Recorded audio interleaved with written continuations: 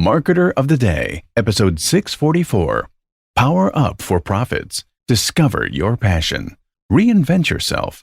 Get comfortable being uncomfortable. And find your big why with Kathleen Gage.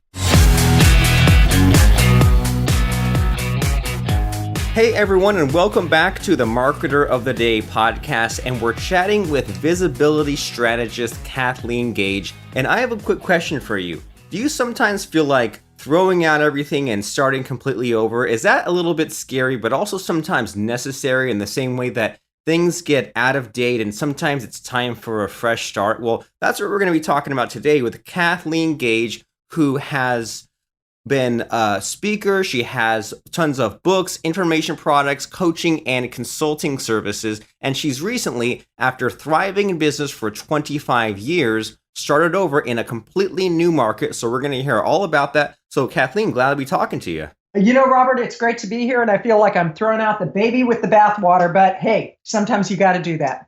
Yep. Sometimes you have to push the button on that nuke and blow it all up. So yeah, can you tell us about like who you are and what you're all about? And I guess a good place to start would be, so what was the before time like? So everything that led up to kind of getting sick of it, fed up, starting over, what led you to this point? Well, you know, it's not so much that I got sick of it. It's that the market really changed and it got really crowded in a way that I just didn't want to play in that playground anymore. And, you know, I didn't really know that this was going on. I was getting this little kind of an undertone of restless and discontent and couldn't quite figure it out. I was making multiple six figures in my business. And yet there were a few things where I just kind of hit the wall with, I'm really good at selling from the platform. And truth be told, I sold a few people into a high-end coaching program, a $29,000 coaching program that really had no business being coached by me. They just weren't ready for it. They weren't willing to do the work. They weren't at the level they needed to be. And I really needed to go through that experience to realize it's not just the ability to do something that makes us who we are, but it's doing it in alignment with who we are. And about just shy of 8 months ago, let me take a step back on that. I'm going to be 65 in a few weeks, and I'm doing a half marathon for my 65th birthday. And I'm not what you would call your average senior by any stretch of the imagination. I actually wear a shirt that says anything but normal. And about 8 months ago, I was getting some symptoms that people my age get. I was getting inflammation. I was getting tired. And I'm like, okay, this is not who I am. And so I went on this quest to find out what could I personally do to make changes so that I could be vibrant again. And I discovered plant-based eating. I decided to try it for 7 days to see if I could get rid of the inflammation. In 2 days, the inflammation was gone. I started getting my energy back. I was getting more focused. So I thought I'll do it another 7 days. That 7 days led into a month. I dropped like 10 pounds the first month, because I started getting into that frumpy mode that a lot of times we do when we're working really hard.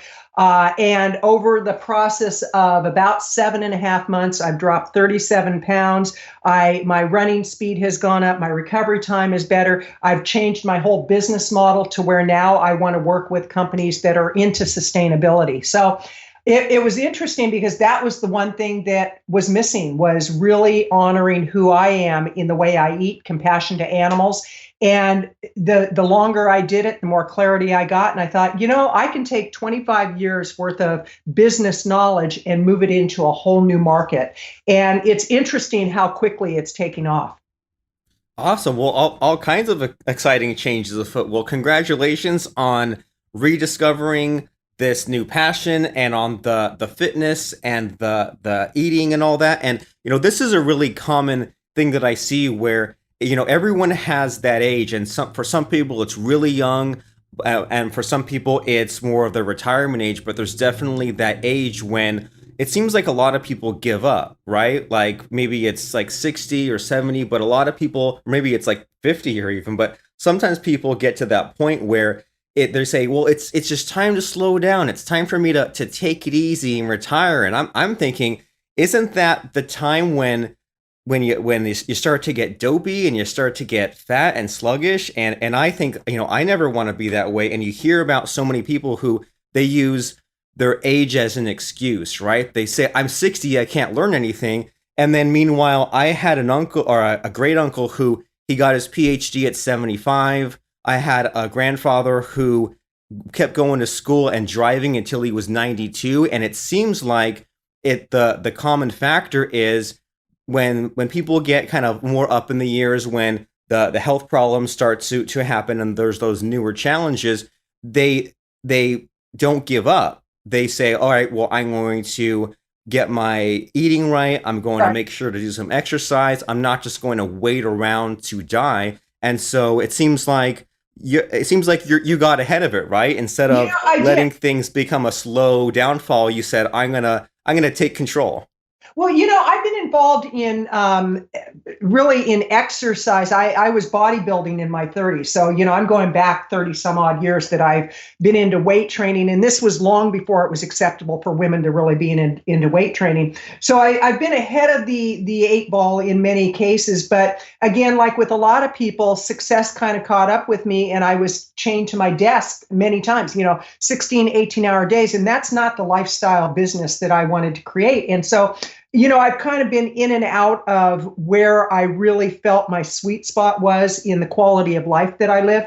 But one of the things I know to be true when people talk about illnesses or they talk about diseases, for example, cancer, diabetes, high blood pressure, heart disease, most of that is self-imposed. And our healthcare system is so out of whack, and we're going bankrupt as a country as a result of the healthcare problems that we have. And if people were willing to take more responsibility for what they do in their financial life, their physical life, their spiritual life, their business life, it kind of really intersects all over the place. And what's exciting about the direction that I'm going is, one, I'm probably in the best shape that I've ever been in my life at the age of 65. I was at a yoga class last evening, and one of the young women, she goes, have you always been in such great shape? And I thought, wow, that's such a compliment coming from a 30-something. And I said, well, no, I've been in and out of it, but now I'm so totally committed to it because I don't want to end up like I watched my mother end up. She had a horrible death,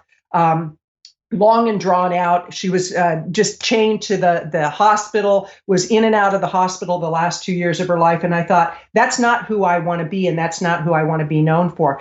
And I really believe that we can take more responsibility for the choices we make. And again, it's not just in our health, but it starts with our health. Because if you don't have your health, you can't run a vibrant business. You may have a financially successful business, but can you enjoy the fruits of your labor? Interesting. And I'm hearing a lot of similarities with there's like kind of the business mindset and the health mindset, where there's that aspect of, you need to have these goals. You need to be consistent every day. You need to be driven, but then it also can't be so much that one takes away from the other, right? You can't be so focused on running 6 hours a day that you let the business die, or you can't be so busy with the business that you're chained to your desk and let your health go to crap. But then I'm also hearing from your journey is that there's like a really simple solution, right? And everyone wants to figure out what the pill is or what the complicated system is. And it's like, well, if you are in bad health, maybe just do a little bit of exercise or get your diet right. And in the same way, you mentioned a little bit about that with business, where some people are not coachable and some people can't get out of their own way. And some people, no matter what you help them with or what you do, they just can't get there. So can you like unpack that a little bit? Like any place that you want to go, if there's that whole concept of with health or with business, sometimes we just can't get out of our own way. And it's so true. And it's like I've been involved with creating information products for decades, for probably 20 years. And it always amazes me when people will buy product after product after product, and it becomes shelfware instead of software. It becomes something that they clutter their computer with, thinking that if they buy it, that's going to be the solution. And it's like, no, you buy it and you have to dig into it. And it's with anything. You have to start with baby steps. You don't have to go from 0 to 60. For example, if somebody has never run a business and they've not hit $100,000 in their business and they've not gotten in the habit of making calls every day. For example, I'm a keynote speaker. So one of the things I do is I reach out to meeting planners of conferences and I find out, do you bring in outside speakers? Do you have a budget for speakers? Do you have a budget that would cover my fee? So I go through a series of questions. Well, if I don't make those phone calls, they're not going to know that I exist. And there's plenty of opportunity out there, but I have to discipline myself to make that first phone call. And a lot of people say, oh, I want to have the success that you have, to whomever it may be. And then you pull back the cover and you look at what this person did to become successful. And that person goes, oh, that's way too much work. So they really don't want that level of success. So you have to start with that first phone call. You have to start with that first quarter mile of walking. You have to start with that first healthy meal. And you do it one day at a time. I've actually been sober for 35 years. Because of my drinking, I ended up on the streets at one point in my 20s. And I remember when I was brand new to recovery, I asked somebody who had a lot of time in AA, I said, how do you get 10 years of sobriety? And they said, do you really want to know? And I said, yeah, I really want to know. Give me the formula. They said, you stay sober one day at a time for 10 years, and then you'll have 10 years. And I thought, oh, that was pretty simple. And Robert, the reality is that success is actually very, very simple, and we tend to complicate it. It's something that you say, okay, if I want X result, what do I have to do to get X result? For me, being in top physical shape in my mid 60s and beyond is very important to me. So there are things I have to do every single day that gives me that. Now, I also, in my business, I make those phone calls. So I actually schedule in an hour a day that I do outreach to meeting planners. And it's interesting because there's things I like doing more than picking up the phone and calling somebody who doesn't know me. I like to play with videos. I like to put my videos up on YouTube. I like to go on Facebook. Well, those like things won't necessarily get me success. It's the things that require a discipline that I do first, and then I can do the play things.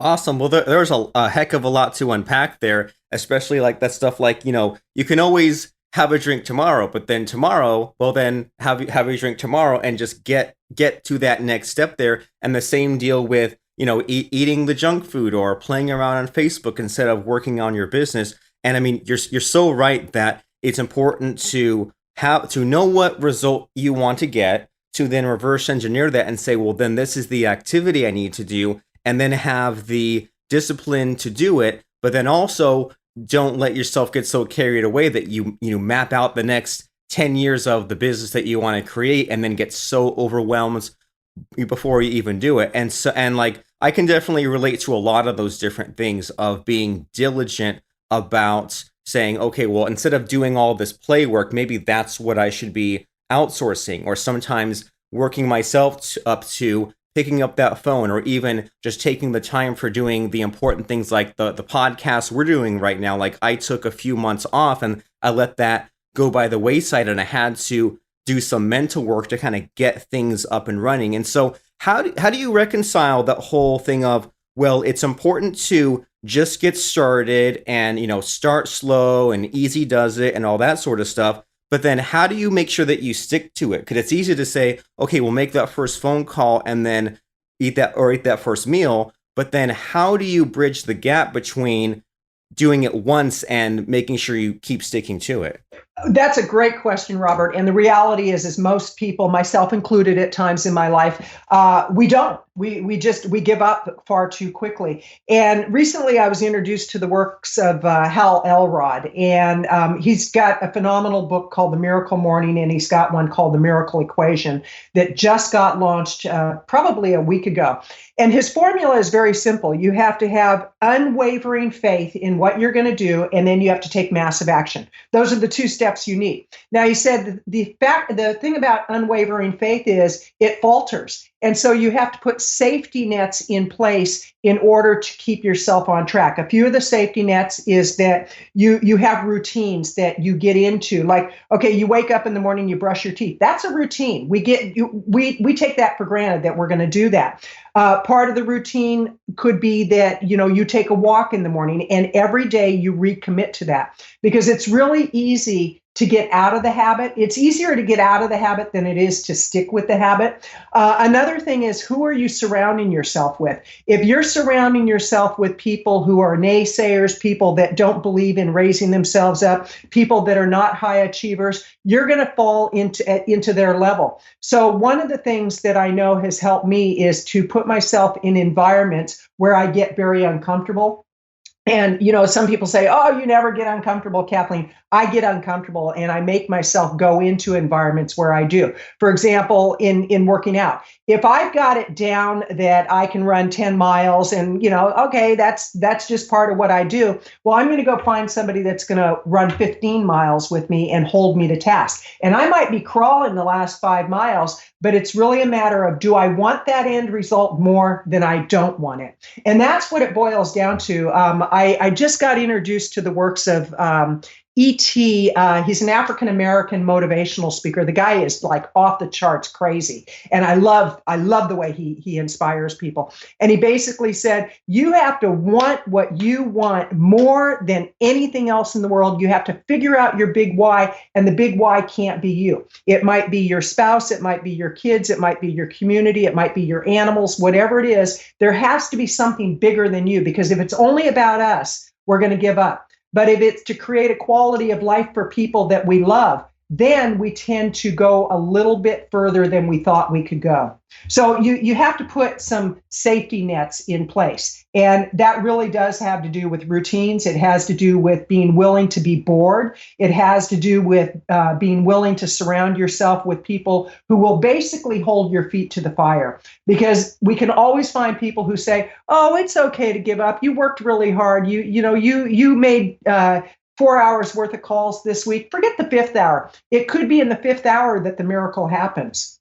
Interesting and pretty amazing. And I'm getting a lot from you that you're all about always like on the move for new information. And it seems like you're always reading and always is curious about new things. And you're reminding me mostly of like of the things that I let go by the wayside when things don't go very well, right? And those are the things that maybe I see them in others when I feel like, well, I don't like how that relationship is going, or kind of like how you alluded to, where sometimes it's like I want to get a lot done, and then I get 80% of the stuff done that I wanted to, and then I go to someone for accountability and I say, well, I need a little bit of a push to do that little bit, and then I get that same response that you just said, where they say, oh, it's okay, cut yourself a break. And I'm like, well, I don't want to cut myself that much of a break. But the big thing I'm getting from your answer there is just how important it is for that routine. And what I'm realizing is that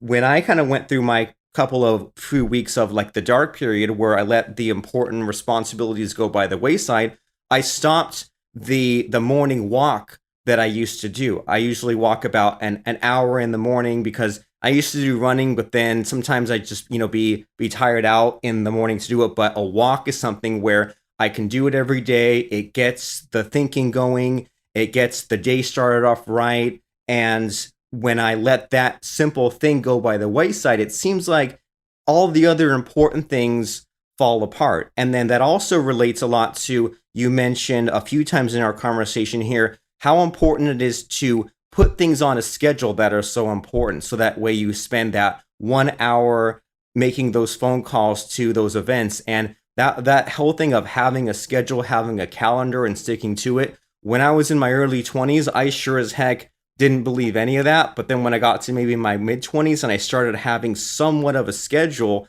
then wow, everything changed. And I started treating my business like a real business, and I began getting consistent business results. Just having that routine, having that calendar, having that schedule, and then having that big why is so important too, because I mean, let's face it, we all have somewhat of a low self-esteem problem, all of us in different ways. And if the things that we're doing are just based on ourselves or just selfish, then that might fall apart. But if we have that bigger picture, the big why, a goal that's bigger than ourselves, then we'll be motivated a heck of a lot more. So all these things that I'm hearing from you, they're all the fundamentals that we all might have heard before, but we heard them before for a reason, and they're important, and they're really good reminders, especially for me. And so I don't want to keep you on here for too long, but I want to make sure that we cover about this new business that you're building and what sort of things that you're bringing to this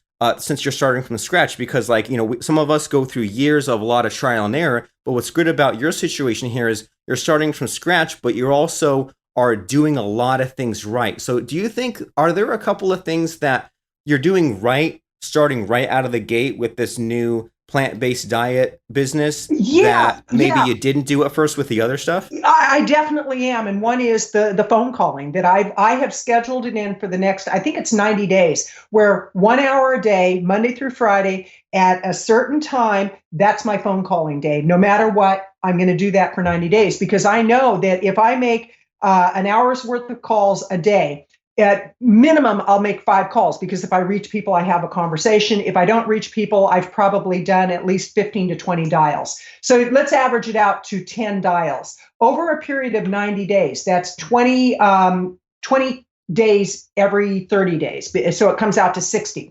So if I do 10 calls a day and I do 60 days of calls, that's 600 calls. You better bet your bottom dollar something's going to come out of those 60 calls. One is I'll get much better at the dial. I'll get much better at the conversation because we can tend to get rusty with things. So that's one of the first things I implemented. Prior to that, we laid the foundation for the new branding.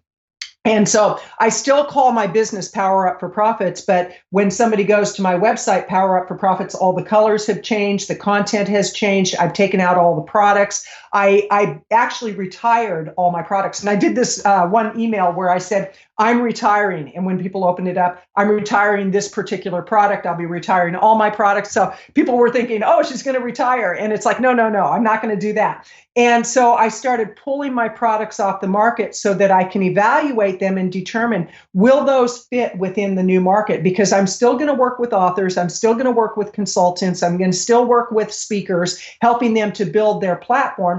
And I'm also working with companies that are into sustainability and the whole mindset around compassion to animals. I work a lot in the pet space. So some of the elements will remain the same, but many will change. A lot of the details are going to change, but the essence is the same.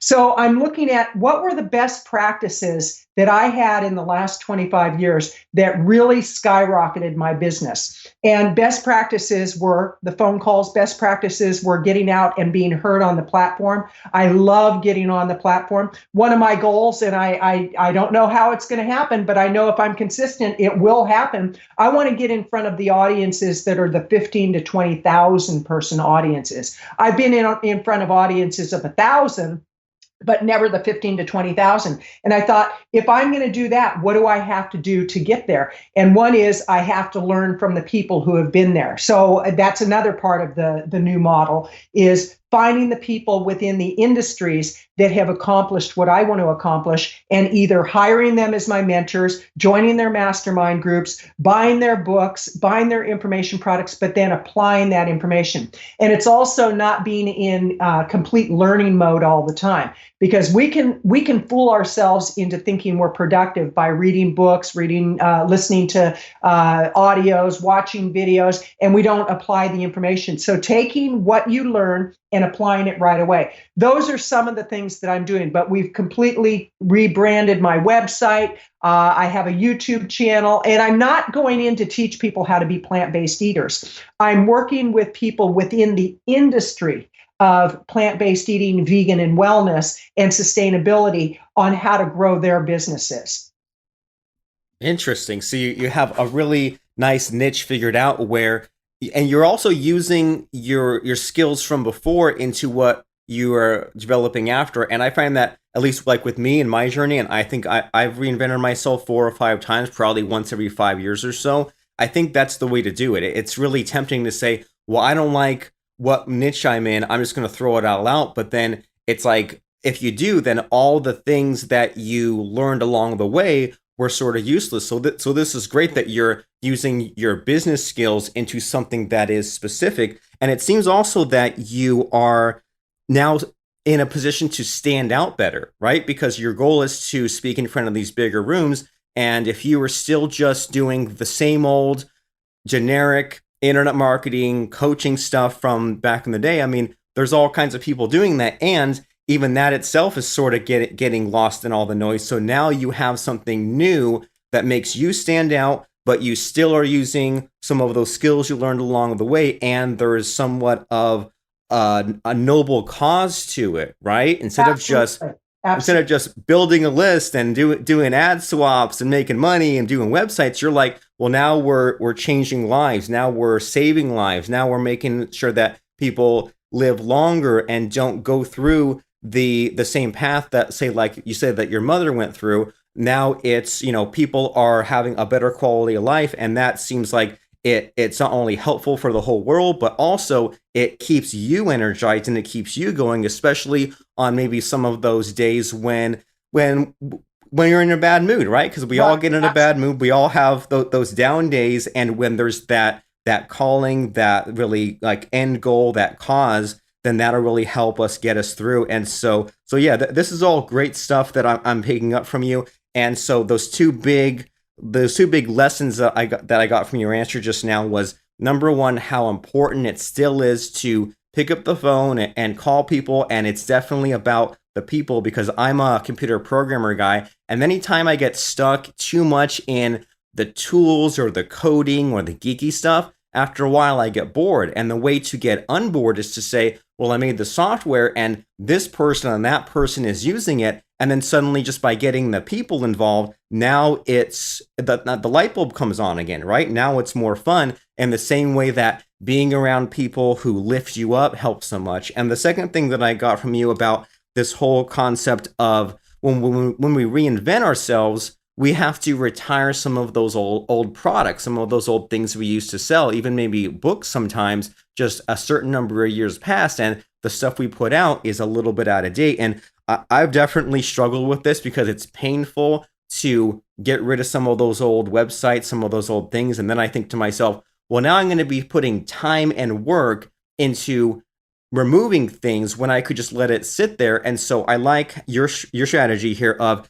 you're making a big deal about it. You're making a marketing event or contact out of it where you're saying, hey, list, I am retiring these products. So that way you're not just spending all this time quietly removing things. You're bringing your people along with that journey with you. And I think it'll be a lot of fun to see where things go and see in a year or two if you get in front of some of those 15,000 person stages. I think you will, because I mean, just the sheer volume of picking up the phone and making those phone calls, I mean, it seems to me like that's a heck of a lot more than a lot of people out there are willing or are able to stick with. So, right. I mean, congratulations. I think you'll go really far with that. And I want to make sure that if people heard all this great advice from you, they got really inspired, they want to know what you have going on. What sorts of resources and links do you have for us so that people know more about Miss Kathleen Gage? Well, thank you very much for asking. What I would encourage people to do is go to my website, Power Up for Profits, and that's plural on profits, powerupforprofits.com.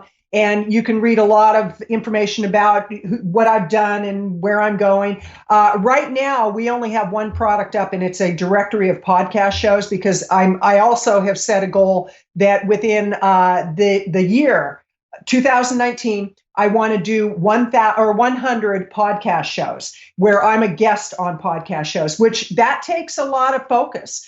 So combine that with the phone calls. So that's one site. The other site, if you want to learn about my passion for plant-based eating, I've got a blog, plantbasedeatingforhealth.com. And on there, you'll see a lot of great information. There's a free ebook, The Beginner's Guide to Plant-Based Eating, for those people that have been thinking about it, but they're not quite sure how to get started. That ebook will help you get started. So those are the two websites. There's not a lot of products up there right now, but if people are interested in bringing me into their organization, give me a holler, because I'd love to talk to you about what it would take for me to get on your stage for your conference. Fantastic. So just to make sure that everyone has those resources, That is powerupforprofits.com to see what Kathleen's doing in her business and seeing that directory of podcast shows. And I think it's just about 100% guaranteed in the bank that you'll hit those 100 podcasts in 2019 just from all the work you've been doing. And then to make sure that everyone has that other link, that is plantbasedeatingforhealth.com. So that way you can eat better and be more healthier, and also build a business that helps people do that as well. And also, as Kathleen said, if you have a podcast, if you have an event, telesummit, whatever it is, and you like Kathleen's message and you think that she could contribute to helping your people, your organization, and you'd like to introduce her to your crowd so that way you can help share her cause and her message, then reach out to her at powerupforprofits.com. So anything to add here, Kathleen, as we wrap up, wind down here?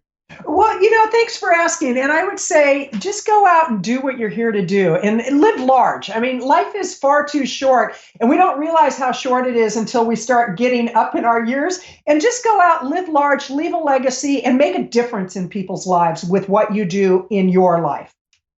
Awesome. I love it. Well, thank you very much for stopping by. Thank you.